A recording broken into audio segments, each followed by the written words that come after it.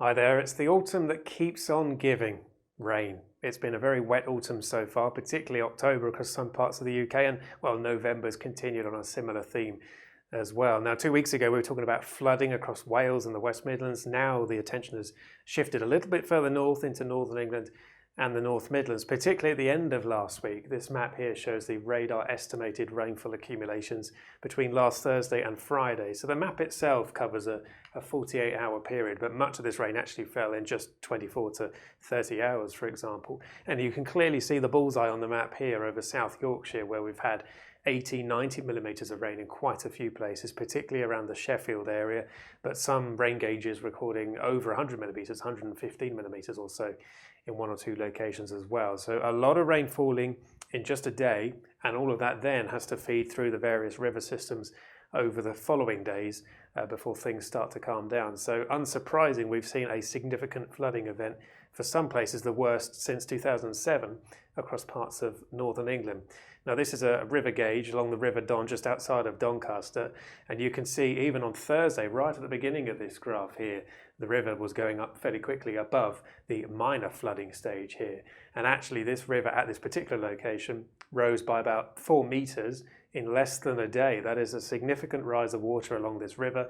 It breached easily its highest recorded level, so a historical flooding event for this part of the river, and has gradually been coming down over the last few days. But even now, even though it's levelling off, it's still well above this minor flooding level. And with more rain potentially later on this week, this could exacerbate things once again in terms of flooding across the same areas, the southern parts of northern England into the North Midlands as well. And farmers in this area have been telling us they haven't even started drilling yet because the ground has been just so saturated, and now we've got this added flooding on top over the last few days. It's just made things even worse here as well. So it's been a really difficult season for some parts of the UK to get agricultural work done, to get on the land, to do some drilling, lift up sugar beet, that sort of thing, just because it's been so wet over the last 2 months or so.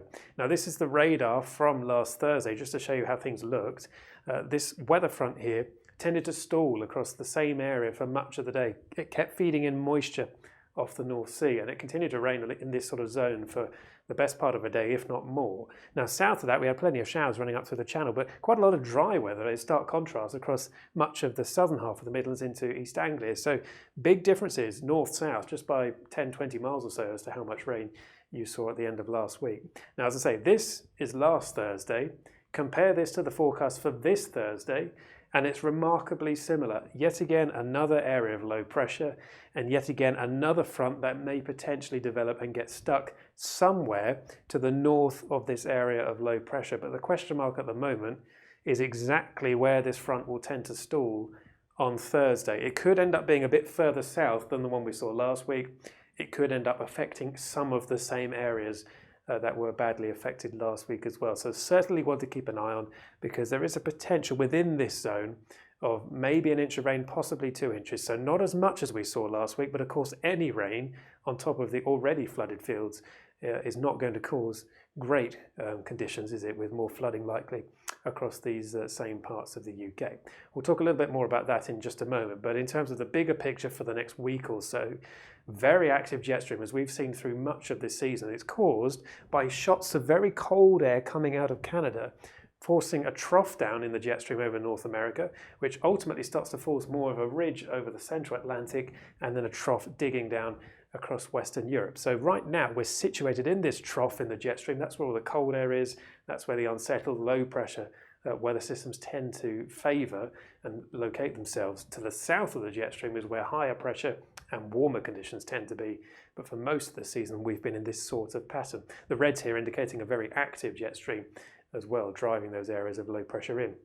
Now, as I run this through the next few days, the jet becomes much more amplified, which means the trough then sticks around for quite some time. Things become slow moving, hence that risk of some flooding on Thursday in particular. By the weekend though, notice the jet stream's taken on a much more different sort of shape. Yes, it's still very active over the Western Atlantic, but actually across the Eastern Atlantic it's broken up a lot more. There's a piece going north of the UK, there's also a piece of jet stream trying to come at us from the southeast, and that makes the forecast by the weekend and indeed on into next week very tricky to pin down the exact detail, because the jet stream is no longer a straight line across the UK powering areas of low pressure in. Things start to stagnate And subtle shifts of just 50 or 100 miles each way can make a big difference between a wet day and a dry day. So I suspect the forecast will change quite a bit over the coming days for the weekend and on into next week as well in terms of the site-specific detail. Now for Wednesday, we're fairly confident we're going to start the day with a ridge essentially over most of the UK, one low clearing away, but very quickly another area of low pressure pushing rain into the south and the west of the UK, a bit of snow across the higher ground of Wales, maybe the West Midlands, that sort of thing, but not too disruptive at this stage. And this is the position by Thursday with that area of low pressure we've already talked about, somewhere over southern England, pushing these bands of rain north. They will stall at some point before pulling back away to the south by the time we get through to Friday. Now across Scotland and Northern Ireland, it's more of a classic case of sunshine and showers. It'll be quite blustery, there'll be some snow over the hills, but fairly typical sort of autumn weather, whereas we're dealing with potentially some significant rainfall across parts of England and Wales on Thursday in particular. Then as we go into Friday, that low starts to slide away off to the south, but it's a very slow process. It's not moving too far away and continues to feed these showers in from the North Sea. So in general, by the end of the week, we're going to see more ridging developing in the west, this sort of ridge extending up from the southwest. So, Western Scotland, Northern Ireland may dry out, may have one or two dry days potentially here later on in the week. But the further southeast you are, the greater the risk of some rain or showers occasionally coming up from the continent or indeed feeding in off the North Sea as well. And still quite breezy, a lot of isobars. So even if it's dry, it may still be a little bit too breezy to do some spraying, for example. And as I say, towards the weekend, the uncertainty grows, a lot of uncertainty. So don't take the graphics literally, but you can see pulses of rain trying to come up from the southeast.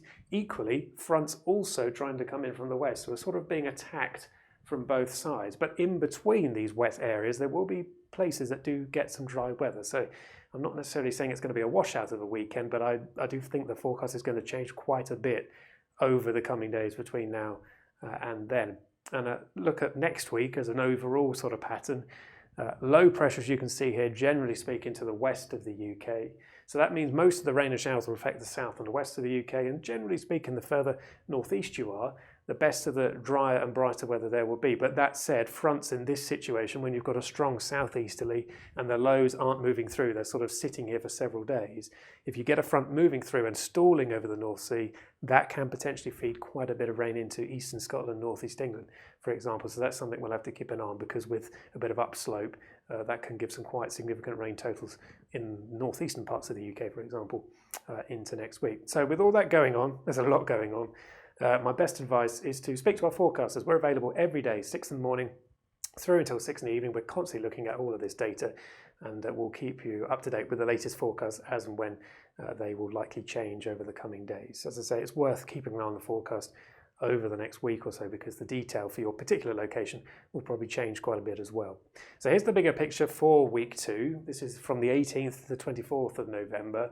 The blue shading here indicating where pressure is lower than normal for the time of the year, and a pretty strong signal then for low pressure to be anchored mainly to the southwest of the UK, more of a southeasterly flow. So most of the rain and showers will tend to be to the southwest, but occasionally they'll push further north and east at times as well. It's a pretty unsettled looking pattern here. Higher than normal pressure though across much of western Russia up into Scandinavia. So generally speaking, drier conditions here will tend to prevail. Now with a southeasterly flow across the central and eastern parts of Europe, that's going to draw up some fairly warm air from the south. So here we're going to see temperatures above average during this period, whereas across Western Europe, because we're drawing in cold air from Canada, wrapping around that area of low pressure and sort of mixing out over Western Europe, I suspect temperatures are going to continue to stay below average with some fairly chilly nights, occasional frost, that sort of thing, but nothing extremely cold. And the overall rainfall pattern, as you can see, with that high pressure dominating below average, significantly below average across Eastern Europe, Western Russia, and above average across Western Europe. Notice it's showing below average here across northwest Scotland, because usually at this time of the year, that's the place that gets most of the rain more frequently. And this pattern isn't quite your typical sort of pattern you would normally expect for the middle of November. But we will redress that, I think, later on in the forecast sequence. Then as we go into week 3, again, low pressure out towards the west. If anything, it's just shifting a bit further away to the west, allowing the Scandi high to build a little bit more in from the east. So there is perhaps a better chance of something a little bit drier at times across the eastern half of the UK, and indeed extending across much more of northern and Eastern Europe as well. But temperature-wise, you can see with more of a southerly flow rather than a southeasterly flow, we might start to draw a bit more air up from the Mediterranean, for example, across Western Europe. So temperatures may actually be slightly above average towards the end of the month, with perhaps less risk of frost by this stage, and still generally near or above average across much of Europe really through the end of November as well. Then on into the early part of December, notice the rainfall again still below average across Eastern Europe, Western Russia, and still a hint here of near average across Western Europe, particularly northern Scotland, again because it's not a normal pattern for the time of the year, seeing below average rainfall. Now I think things will change back to normal conditions, if you like, a normal setup for early December as we get on into the beginning of December here, with low pressure or lower than normal pressure to the northwest. Now low pressure is normally to the northwest, so when you get a signal for lower than normal, that suggests the lows will be particularly deep, and I suspect it could be quite an unsettled pattern of weather for the beginning of December, with some deep lows, maybe some strong winds, that sort of thing, bringing bouts of wind and rain in off the Atlantic, but also a mild southwesterly, so temperatures may actually recover a bit as we go towards the beginning of December as well.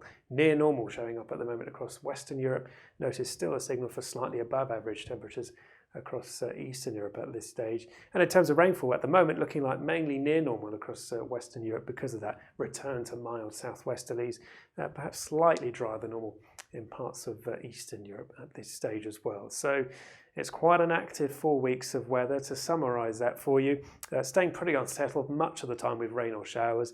Generally brief ridges, as I say, there may be something slightly drier towards eastern parts of the UK, late November, if we get a little bit more influence from that Scandinavian high, but uncertainty about how much of an influence that will have.